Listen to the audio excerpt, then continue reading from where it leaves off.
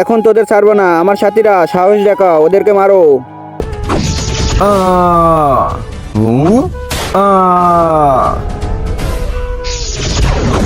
আমরা দুর্বল হয়ে পড়েছি, তুই যে কোনো মানুষকে নিয়ে আয় আমাদের সাহায্য করার জন্য। পাপা, পাপা। এই যে মানুষ, তুমি আমাদের সাহায্য করো। এখন আমি তোমাদের সাহায্য করতে পারবো না, আমি আমার পাপাকে খুঁজতেছি। আরে তুই তোর বাপকে পরে খুঁজিস, আগে আমার পক্ষটা জিতাও, না হলে মহারাজ তো আমাদের যুদ্ধে হেরে যাবে।